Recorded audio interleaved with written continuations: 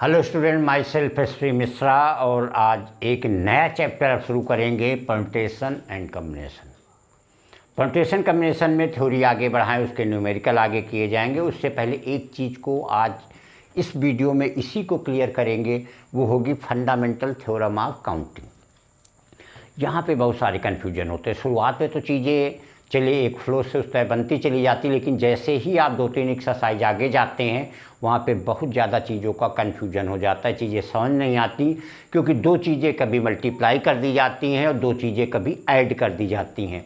तो ये क्यों होता है, इस चीज़ को थोड़ा सा इसी में डिटेल में समझा जाएगा। फिर नेक्स्ट वीडियो में और चीज़ें हैं और जितने भी रूल हैं उनसे रिलेटेड क्वेश्चन हम लोग करेंगे। तो पहले इस चीज़ को समझते हैं और उससे पहले थोड़ा बात कर दें। देखिए, परम्यूटेशन कॉम्बिनेशन, इसकी बेसिक मीनिंग क्या है। परम्यूटेशन मीन्स अरेंज करना और कॉम्बिनेशन का मतलब ग्रुपिंग करना। बेसिक डिफरेंस क्या, अरेंजमेंट का मतलब क्या है कि एक टेबल पे अगर 4 चीज़ें रखी हैं तो जिस सीक्वेंस में रखी उसके सीक्वेंस को हम बदलते जाएंगे तो अलग अलग हमें अरेंजमेंट मिलते जाएंगे।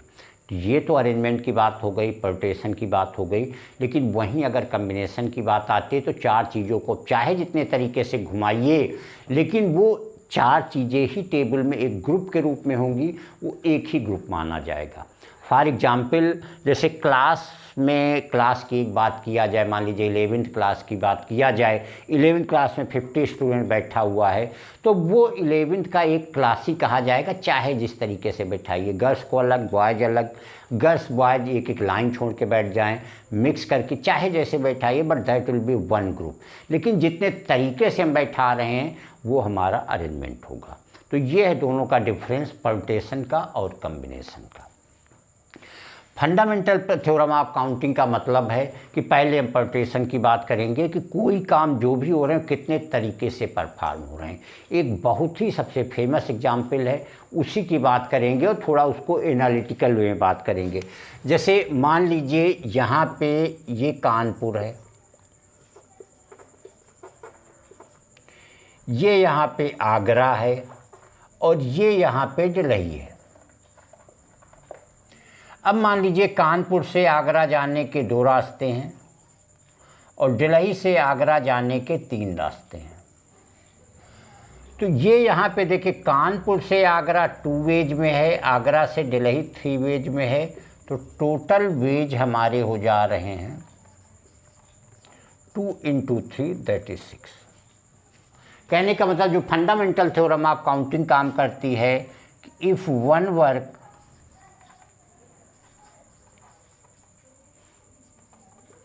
in m ways and second work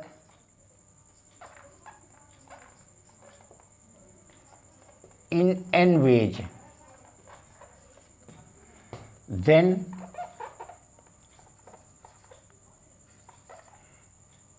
total number of ways if both can perform together। कोई काम है जो m वेज में हो रहा है, दूसरा काम है जो n वेज में हो रहा है। दोनों काम अगर एक साथ किए जाएं तो कितने वेज होंगे, अगर दोनों एक साथ परफॉर्म हो जाएं तो टोटल नंबर ऑफ वेज होते हैं m × n वेज, जिसकी अभी यहाँ पे बात किया।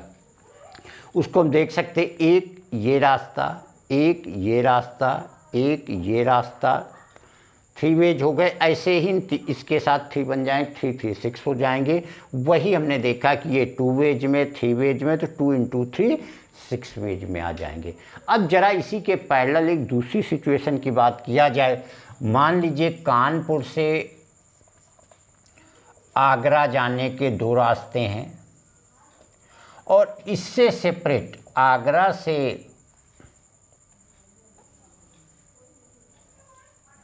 दिल्ली जाने के 3 रास्ते हैं। कहने का मतलब कानपुर से आगरा तो चले जाएंगे, लेकिन उसी से वे नहीं जुड़ा है, ये वे अलग से जुड़ता है। तो अब यहाँ पे हम नहीं कह सकते हैं कि 2 और 3 हो जाएंगे, यहाँ टोटल वेज हो जाएंगे 2 + 3 दैट इज़ 5 वेज। यहाँ पे चीज़ें ऐड नहीं होंगी। और यही बात यहाँ अलग हो जाएगी कि टोटल नंबर ऑफ वेज जो होंगे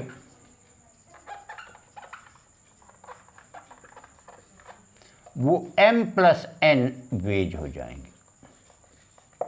अगर दोनों एक साथ परफॉर्म नहीं हो रही हैं तब तो टोटल नंबर ऑफ वेज जो यहाँ बनेंगे m+n वेज बनेंगे।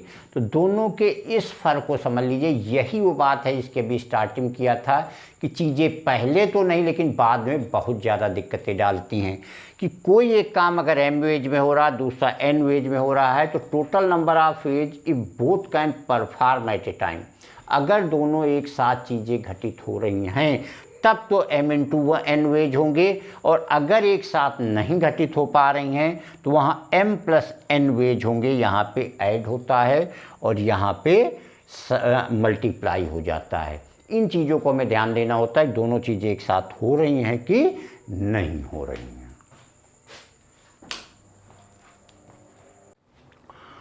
अब जिस फंडामेंटल थ्योरम की बात किया कि दो टाइप के वर्क हैं या इसी को जनरलाइज किया जा सकता है, mn की बात ना किया जाए, mn rp जितने भी होंगे तो टोटल नंबर ऑफ वेज अगर एक साथ परफॉर्म हो जाएं तो m×n×r×p ऐसे हो जाएगा।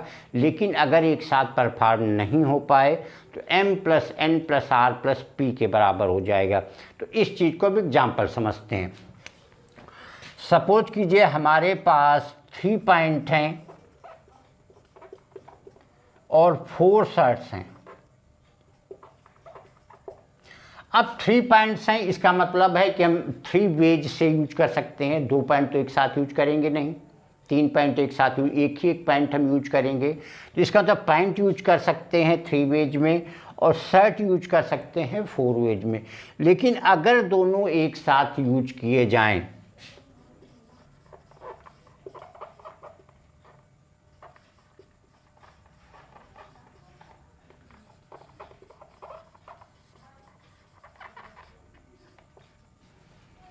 एक साथ अगर यूज किए जाएं तो हमारे हो जाएंगे 3×4 दैट इज 12 वेज। क्योंकि किसी पॉइंट के साथ कोई कम्बिनेशन यहाँ शर्ट से बना सकते हैं। एक पॉइंट ले लेंगे 4 में से हम कोई बना लेंगे 4 वेज, दूसरी पॉइंट ले लेंगे फिर इसके बाद बना लेंगे 4 वेज, तीसरी ले लेंगे कोई एक के साथ बना लेंगे 4 वेज। तो 4 4 4 जो हमारे हो जाएंगे वो 12 हो जाएंगे। अब ज़रा एक दूसरे की बात किया जाए। मान लीजिए हमारे 10 फ्रेंड्स हैं।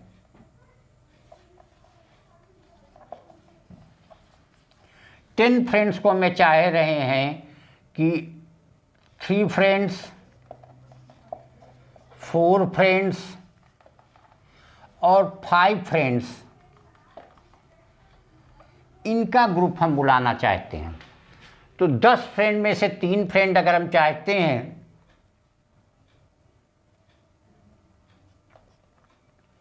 तो हमारे 10C3 हो जाएंगे। क्योंकि यहाँ अरेंजमेंट नहीं हो सकता, 3 जो आएंगे 3 की एक ग्रुपिंग होगी, ग्रुप बनाए जा रहे हैं। क्योंकि ये चीज़ थोड़ा आगे लेवल पे आती है तो वो चीज़ हम यहाँ क्लियर करना चाहते हैं। क्योंकि यहाँ का जो पहला होता है m×n वो परम्यूटेशन में आता है और ये बाद की चीज़ आती कम्बिनेशन में जो स्टूडेंट को क्लियर नहीं हो पाती। क्योंकि 10 में से 3 फ्रेंड हमको सेलेक्ट करना है तो 3 will be as a group, 3 का जो भी ग्रुप बनेगा तो टोटल नंबर ऑफ वेज हमारे 10C3 हो जाएंगे। यहाँ पे 4 हमको लेना है, 4 फ्रेंड्स लेना है तो ये हमारा हो जाएगा 10C4 और 5 लेना है तो 10C5।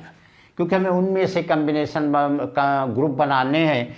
तो तीनों के टाइप जो थे 10 फ्रेंड में से 3 फ्रेंड, 4 फ्रेंड और 5 फ्रेंड्स को कितने टाइप से इनवाइट किया जा सकता है। तो 3 का बनेगा 10C3, 4 का बनेगा 10C4, 5 का बनेगा 10C5। अब जरा इसको प्रैक्टिकली देखा जाए, क्या ये ग्रुपिंग एक साथ पॉसिबल है कि हम 3 फ्रेंड को एक साथ ग्रुप में बुलाएं, 4 को बुलाएं, 5 को बुलाएं? ये एक साथ पॉसिबल नहीं है। एक ही ग्रुप सेलेक्ट होगा, ये तो 3 आएगा या 4 का आएगा, ये 5 का आएगा। क्योंकि ये मीनिंगलेस हो जाएगा कि एक ही साथ 3 का ग्रुप, एक ही साथ 4 का ग्रुप या 5 का ग्रुप। तो यहाँ पे टोटल नंबर ऑफ वेज जो हो जाएंगे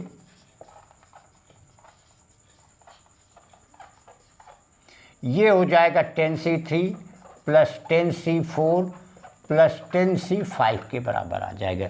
यहाँ पे हम मल्टीप्लाई नहीं कर सकते हैं क्योंकि practically this situation is not possible at a time. We are calling 3 friends, 4 friends and 5 friends at a time. ये एक ही चीज़ एक टाइम में अकर होगी, चाहे हम 3 को बुलाएं, 4 को बुलाएं या 5 को बुलाएं। अब यहाँ पे एक और एग्जाम्पल देखते हैं। मान लीजिए हमारे पास 1 2 3 4 5, ये 5 नंबर्स हमारे हो गए।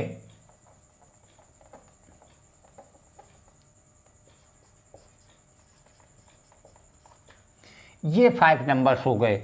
अब इसमें 2 डिजिट, 3 डिजिट और 4 डिजिट,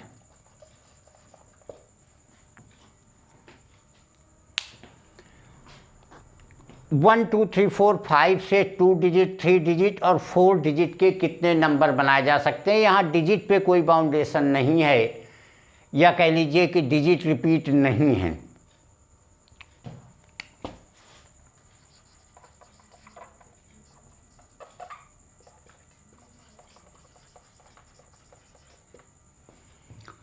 डिजिट नॉट रिपीटेड। तो ऐसे केस में जो पहला जा कर के बनेगा 2 डिजिट का बनेगा जा कर के, ये हो जाएगा जा कर के, क्योंकि 5 नंबर 5 में से 5p2। 3 डिजिट ये आ जाएगा 5p3 और 4 डिजिट ये आ जाएगा 5p4। क्योंकि यहाँ पे क्या है, अरेंजमेंट है, 2 डिजिट ले रहे हैं, 2 3 अगर रखेंगे तो एक अलग नंबर देगा, 3 2 रखेंगे तो एक अलग नंबर देगा। तो 1 2 3 4 5 में से अगर 2 डिजिट का नंबर लेंगे, टोटल नंबर ऑफ एज 5p2, 3 डिजिट लेंगे तो 5p3 और 4 डिजिट लेंगे तो 5p4। अब यहाँ पे फिर से वही चीज़ आ जाएगी कि टोटल नंबर ऑफ एज, अब इनको एक साथ हम परफॉर्म नहीं कर सकते हैं कि कोई भी नंबर 2 डिजिट, 3 डिजिट और 4 डिजिट का हो, या 3 4 का हो, या 2 3 का हो। ये मीनिंगलेस हो जाएगा। कोई नंबर ये तो 2 का ही होगा, या 3 का होगा, या 4 का होगा। तो यहाँ टोटल नंबर ऑफ एज फिर से वही चीज़ आ जाएगी, 5p2 plus 5p3 plus 5p4। तो ये है बेसिक डिफरेंस दोनों का, कि यहाँ पे देख रहे दोनों चीज़ें मल्टीप्लाई कर ले रहे थे, जबकि यहाँ पे हम देख रहे हैं यहाँ मल्टीप्लाई नहीं कर सकते हैं, यहाँ पे हम ऐड कर रहे हैं। तो ये चीज़ फंडामेंटल थ्योरम अप्लाई करते समय देखा जाए, जब अच्छे से समझ के देख लेना चाहिए कि फंडामेंटल थ्योरम तो कहती है कि if any work can perform in m ways, other can in n ways, other can in r ways, ऐसे अगर हो रहे हैं तो टोटल नंबर ऑफ वेज होंगे m into n into r। लेकिन ये तब होंगे अगर सारे वर्क एक साथ परफॉर्म हो सकते हैं तब। अगर एक साथ सारे वर्क नहीं परफॉर्म हो पाएंगे तो टोटल नंबर ऑफ वेज जो बनते हैं m plus n plus r plus p जितने भी होंगे इस तरीके से हो जाएंगे, जो कि हम यहाँ से देख रहे हैं। यहाँ पे हमने मल्टीप्लाई नहीं किया हुआ है, यहाँ पे हमने ऐड किया हुआ है, जबकि यहाँ पे हम देख रहे हैं हमने मल्टीप्लाई किया हो। तो ऐसे बहुत सारे we can select the examples, चीज़ों को सेलेक्ट कर सकते हैं, एग्जाम्पल देख सकते हैं कि फंडामेंटल थ्योरम किस तरीके से कब मल्टीप्लाई होती है और कब यहाँ पे ऐड किया जाता है। तो नेक्स्ट वीडियो में हम लोग देखेंगे कुछ और इसके क्वेश्चन देखे जाएंगे कि कहाँ पे मल्टीप्लाई कर रहे हैं। कहने का मतलब कौन सी सिचुएशन होती हैं जहाँ पे चीज़ें एक साथ परफॉर्म हो सकती हैं, वहाँ पे हम लोग मल्टीप्लाई करेंगे, और कौन सी सिचुएशन होती है जहाँ पे चीज़ों को हम ऐड करते हैं, जो कि यहाँ पे हम देख रहे हैं। तो नेक्स्ट में इसके और एग्जाम्पल देखेंगे और साथ में और आगे की थ्योरी हम लोग देखेंगे कि किस तरीके से इसको आगे हम अरेंज करने की बात होगी, मतलब परम्यूटेशन की बात होगी, और किस तरीके से इसके कॉम्बिनेशन की बात होगी। Thank you.